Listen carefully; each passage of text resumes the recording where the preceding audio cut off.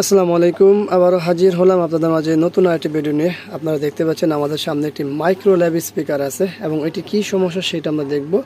আর তা দেখতে হলে আমাদের মূলত খুলতে হবে। তো আগে আমরা দেখে নিই এটা কত মডেল এবং কত পিসের। এটা মূলত 2:1 একটি স্পিকার দেখতে পাচ্ছেন এবং এটি মডেলটি হচ্ছে এই যে দেখুন স্পিকার মডেল M-200, এটার মূল মডেল। তো আমরা এটা অলরেডি স্ক্রু খুলেছি, যার কারণে আমরা এই ভিডিওটি তৈরি করতেছি, যেটা খুলে দেখলাম।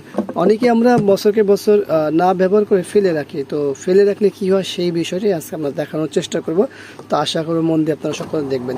তো এই হলো স্পিকারটি আমরা সব খুলেছি, দেখি কীভাবে কি। এই দেখুন, দেখতে দেখতে কি চলে আসে দেখছেন। এই যে ফেলে রাখার কারণে মূল যে স্পিকারটি আছে সেটা তো কাটছে, পাশাপাশি আমাদের ট্রান্সফর্মার যে জায়গাটি আছে, যে লুপগুলো আছে সবগুলোই কেটে ফেলছে। এর পাশাপাশি আমাদের সার্কিটের কী অবস্থা করছে সেটা আমাদের একটু দেখা দরকার। তো আমি সার্কিটের তেমনটা কোনো কিছু দেখতে পাইনি খারাপ। এত শক্ত কেন? আচ্ছা, এটা কাটতে হবে। তো যাই হোক, এখন দেখতে পাচ্ছেন আপনারা সকলে যে আমাদের সার্কিট বোর্ডের অবস্থা তেমনটা খারাপ না, ভালোই আছে। তো ইঁদুর ঢুকেছে এটা তো প্রমাণ পেয়েছেনি, যে বেজে স্পিকার কাটছে, আমাদের ট্রান্সফর্মারটি কাটছে, কিন্তু আমাদের সার্কিটে কোনো ক্ষতি কেন করেনি? তো সার্কিটের সাথে কি তাদের ভালো সম্পর্ক কিনা সেটাও একটা বিষয়। তো যাই হোক, আমরা দেখবো যে আসলে এটা কি করণীয় আছে। এটার মধ্যে সর্বপ্রথম যেটা, তাহলে আমাদের এই যে ট্রান্সফর্মারটি আগে পরিবর্তন করতে হবে অথবা রিপেয়ার করতে হবে। এখন এটা রিপেয়ার হয় কিনা সেটাও একটা বিষয়।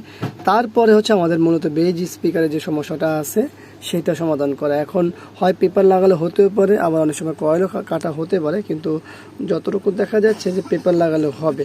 কিন্তু এখন বিষয়টা হলো যে এই পিসের যে খরচ আছে সেই খরচ কি আদৌ আপনারা করাবেন বা আমরা করব, বা করবই কেন?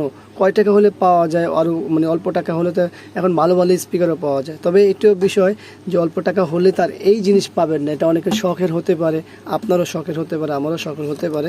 তো সব কিছু মিলে আসলে একটি কথা, যে এইভাবে অবহেলা করে ফেলে রাখবেন না। কারণ হচ্ছে স্পিকার সবারই শখের জিনিস থাকে, তো শখের জিনিস কখনোই এভাবে অবহেলা করে ফেলে রাখতে নেই। তো এই ভিডিওটি আমি এই মুহূর্তে আর বড় করবো না, যদি আমরা এটাকে পরিবর্তন করি বা কোনো কাজ করি অবশ্যই আপনাদেরকে জানাবো। তো আজকের মতো এখানেই ভিডিওটি শেষ করব। যদি ভালো লাগে অবশ্যই লাইক করবেন, কমেন্টস করবেন, শেয়ার করবেন, আর অবশ্যই দ্বিতীয় পার্টের জন্য অপেক্ষা করবেন। যদি আমরা করি অবশ্যই আপনাদেরকে পার্ট 2 হিসাবে দিয়ে দেব।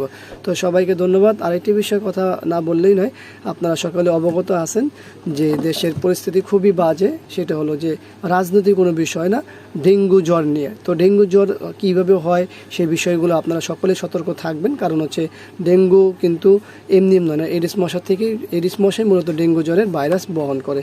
তো আমরা এডিস মশাকে ডিম পাতে দেবো না। আমাদের বাসা বাড়ির আশেপাশে ছাদে বা ছাদ বাগানে যে কোনো অতিরিক্ত আসবাবপত্র যেগুলো ফেলে রেখেছি সেই বিষয়গুলো খেয়াল রাখবে, এবং অবশ্যই স্বচ্ছ পানি অথবা নোংরা পানি, কোনো পানি জমতে দেওয়া যাবে না। তো সবাইকে ধন্যবাদ। আবারও দেখাবো অন্য কোনো বিষয় নিয়ে। আজকের মধ্যে এখানে বিদায়। আল্লাহ হাফিজ। আসসালামু আলাইকুম ওয়া রাহমাতুল্লাহি ওয়া বারাকাতুহু।